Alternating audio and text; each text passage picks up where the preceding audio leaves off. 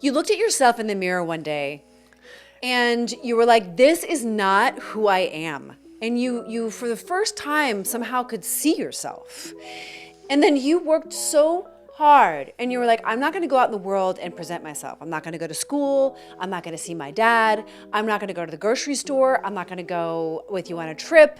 You literally locked yourself in your room because your shame was so high, because you knew the person you saw in the mirror did not match the person you knew yourself to be. We noticed that 94.5% of you are not subscribed, and to the 5.5% that are, we love you. So I had to completely reinvent myself, and I had to look in the mirror and face my demons, truly my demons, because I was a person who lacked responsibility, accountability, who was just the most lazy girl you knew. Which is probably my fault.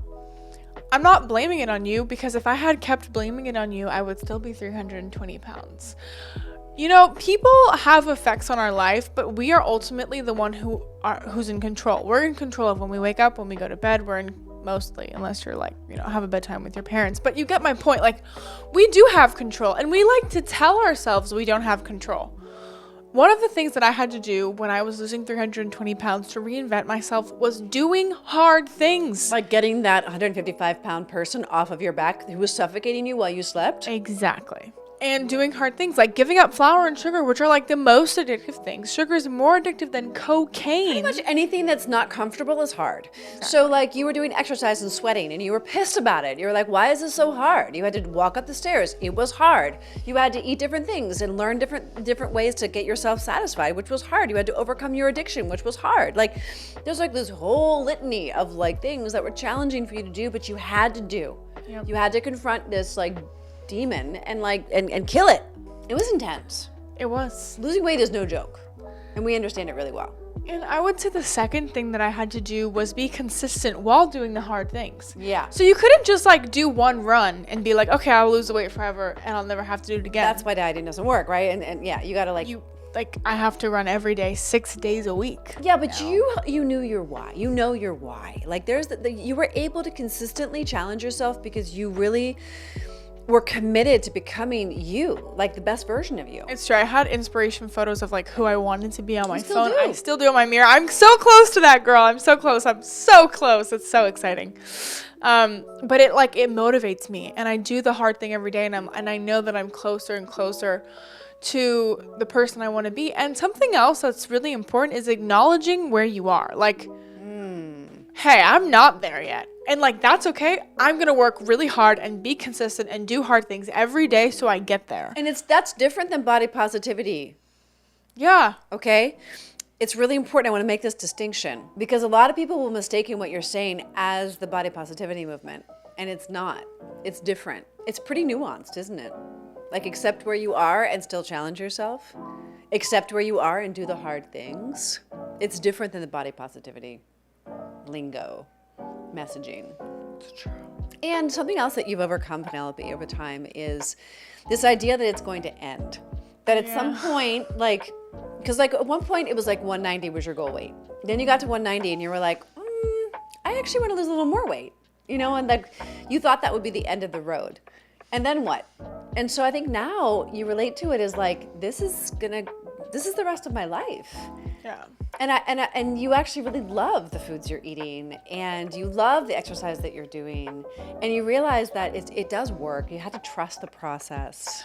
But I'm not gonna lie to you guys. I don't want to do it every day. There are mornings I wake up and I'm like, this is tough. There are runs, like now I'm becoming a runner, and there are runs where I'm like, some runs I'm like 45 minutes going strong, I could do 25 more. And there's some runs where I'm like 20 minutes, I'm done. And I don't know if any of your runners can relate to this, but like every day brings new obstacles, and every run teaches me something new about myself. Every walk teaches me something new. Every injury teaches me something. Every pound loss teaches me something. And I am aware that even if I get to my goal weight, there will be new physique goals. There'll be new strength goals, also different than body positivity. You know, we're always striving for better. Yeah, and I think the mindset is the key here. It's like never ending, but that doesn't mean it's like grueling and, you know, not getting results, and like, you know, never ending doesn't mean like it's terrible. It's just that You reinvent yourself continually. Even me at almost 50, like I'm reinventing myself. And I'm there like, oh wow, I didn't know this was possible. And there are times where my mindset's gone to like, oh, I'm never gonna be good enough. There are times that happens, and then I snap out of it, and I'm like, wait, like we've came so far, like we have so much farther to go, but that's okay. Like I'm excited about it. Yeah, we've come so far. And it's like what's happening in nature and what's happening in our bodies is a reflection. They're both happening the same way. That means you have trillions of cells that are dying right now and are being reborn. In your skin cells, trillions of cells are dying, being reborn, dying, being reborn. And that's a reinvention process. And if there's one thing that's constant in the universe, it's change. So we can expect that. And I know that you're reinventing yourself. Even if you don't know you are, your cells are doing it right now. And so if you're ready to make a change that you can see also on the outside, you should definitely consider joining our support group. We have these amazing women in our group and they're losing weight. They're reinventing themselves every single day with our support. It's only $47 a month. So if you feel ready, I hope and I implore you to click the link in the description, but only if you're ready, because we will really hold you to the fire, just like we hold ourselves to the fire. So comment down below if you're ready and how you're reinventing yourself today, even if it's funny, because we love your comments. So we read them all. We respond to many of them. So don't forget to like, share, and subscribe. We help women to beat obesity with our Step It Up system in just 90 days. Click the link in the description to learn how to lose weight without drugs like Ozempic.